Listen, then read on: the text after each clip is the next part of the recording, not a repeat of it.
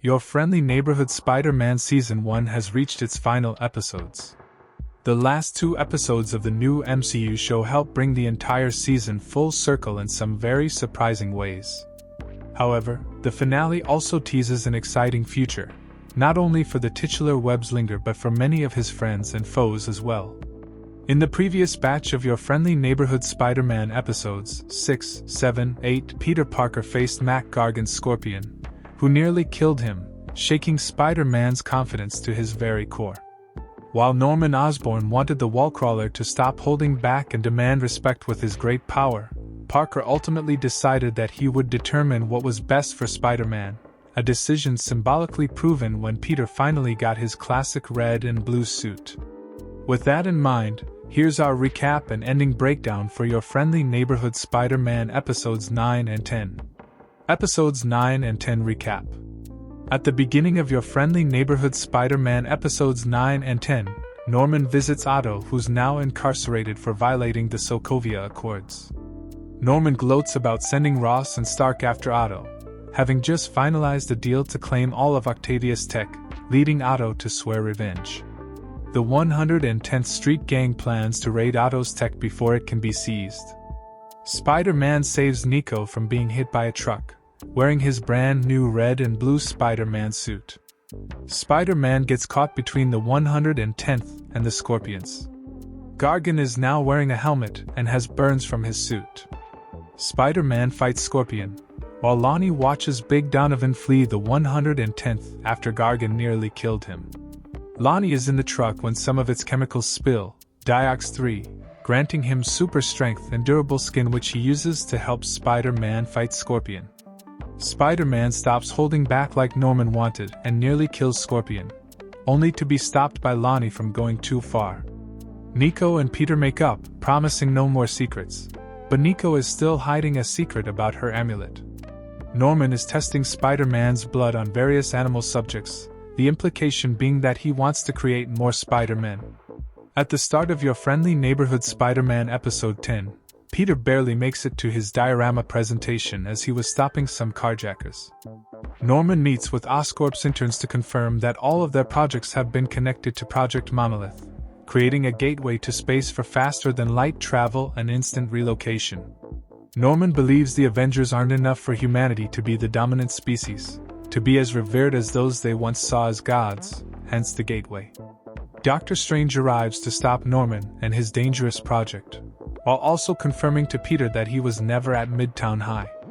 Norman turns the gateway on anyway, only for the same symbiote monster from the show's premiere to emerge, and a test subject Spider escapes during the resulting fight with Spider-Man and Strange.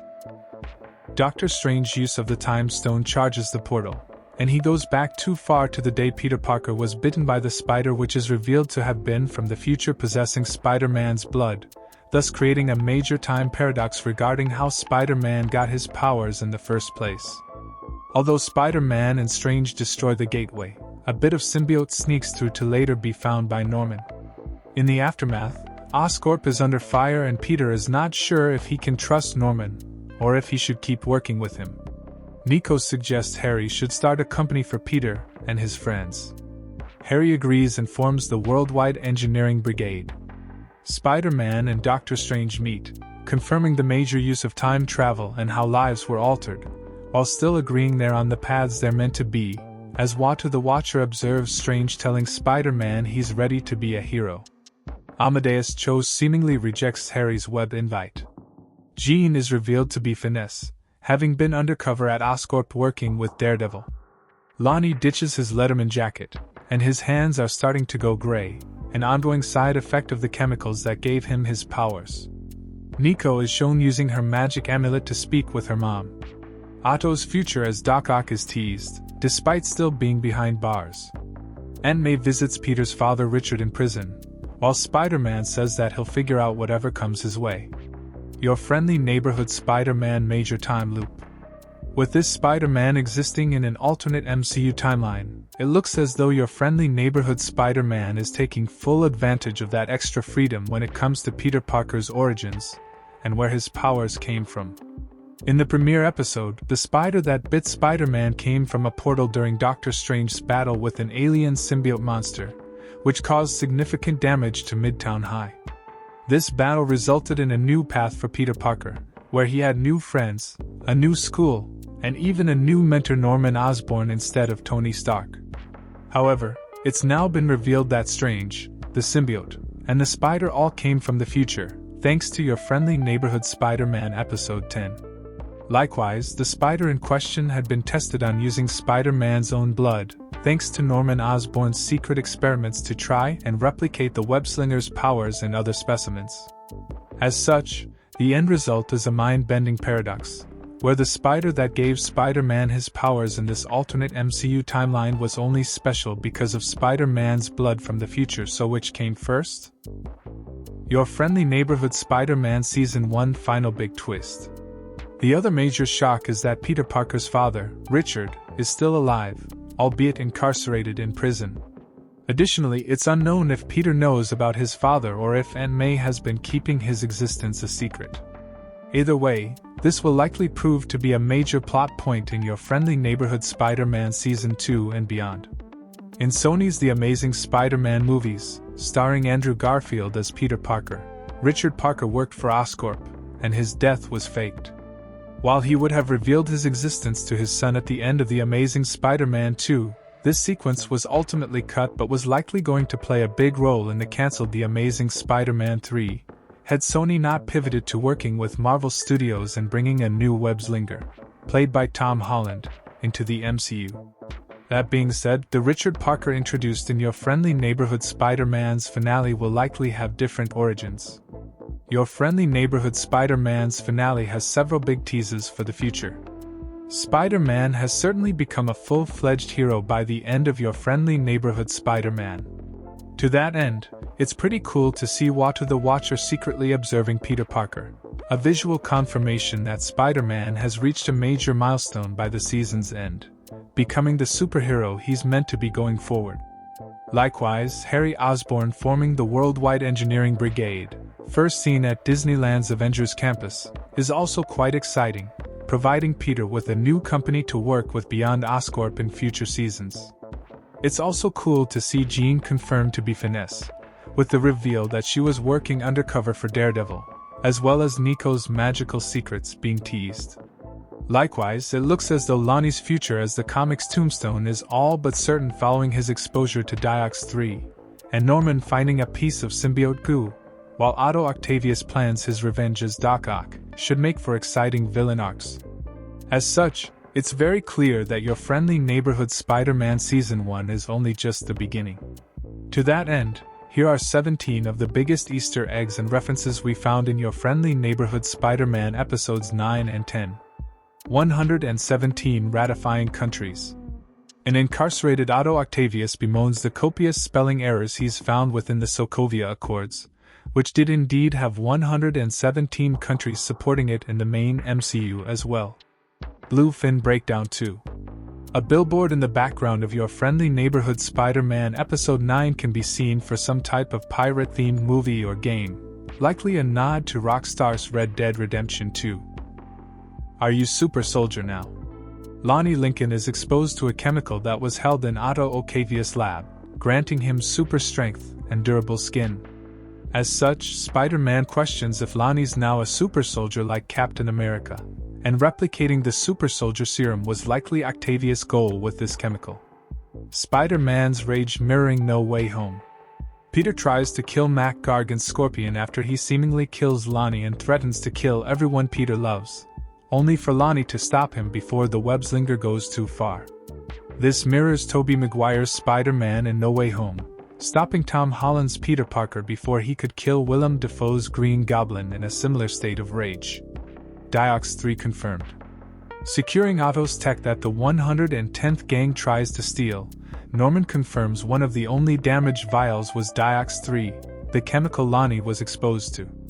Diox 3 is the same chemical agent responsible for Tombstone's abilities in the original Marvel Comics.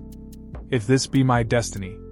This is the title for Your Friendly Neighborhood Spider-Man Episode 10, a reference to the iconic Spider-Man story in the comics where Spider-Man gets trapped beneath heavy machinery and finds the strength to lift it and free himself.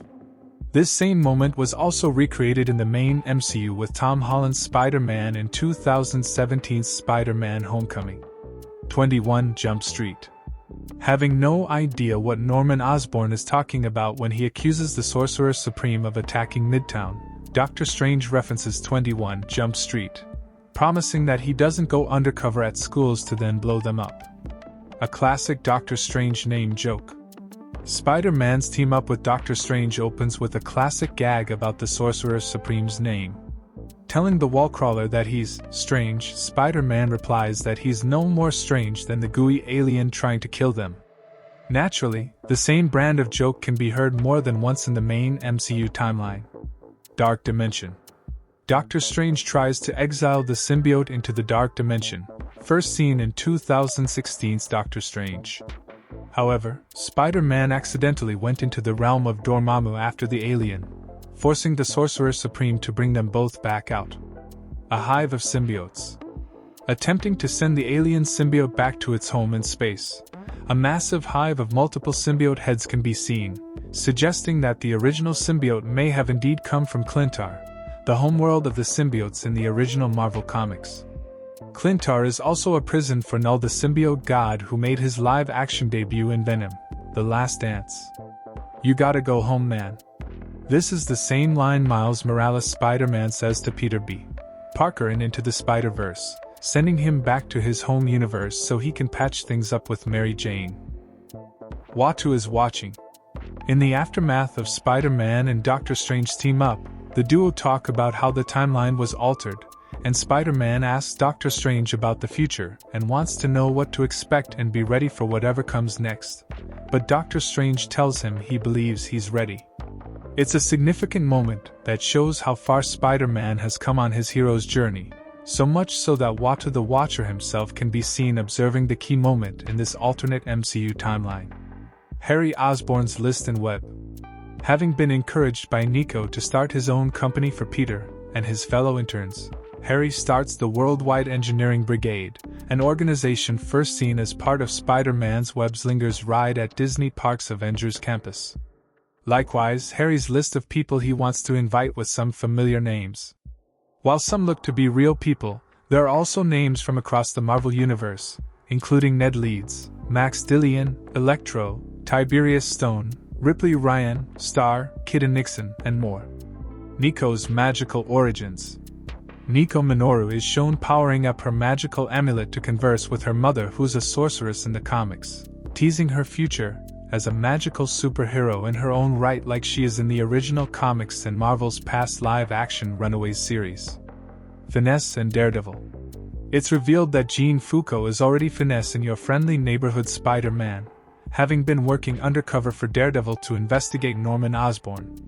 She's now agreed to keep tabs on Harry as well by joining Web, a tease that Daredevil will also be seen in future seasons of your friendly neighborhood Spider-Man as well. Lonnie's hands. Lonnie Lincoln's fingers and hands are starting to turn gray, a sign that the Diox 3 is having the same effects as his comics counterpart, who has gray skin and white hair, the price for Tombstone's impressive strength and durability. Richard Parker. Richard Parker is revealed to be alive at the end of your friendly neighborhood Spider-Man Season 1. While it's not yet known why he's in prison or if Peter Parker even knows his father is alive, Richard was a spy in the original comics, and in Sony's Amazing Spider-Man movies, he was working for Oscorp as a scientist. As such, it's going to be fascinating to learn the truth about this new MCU timeline's Richard Parker, especially considering the main MCU has never mentioned what happened to Peter's parents. All episodes of your friendly neighborhood Spider-Man Season 1 are now streaming on Disney+.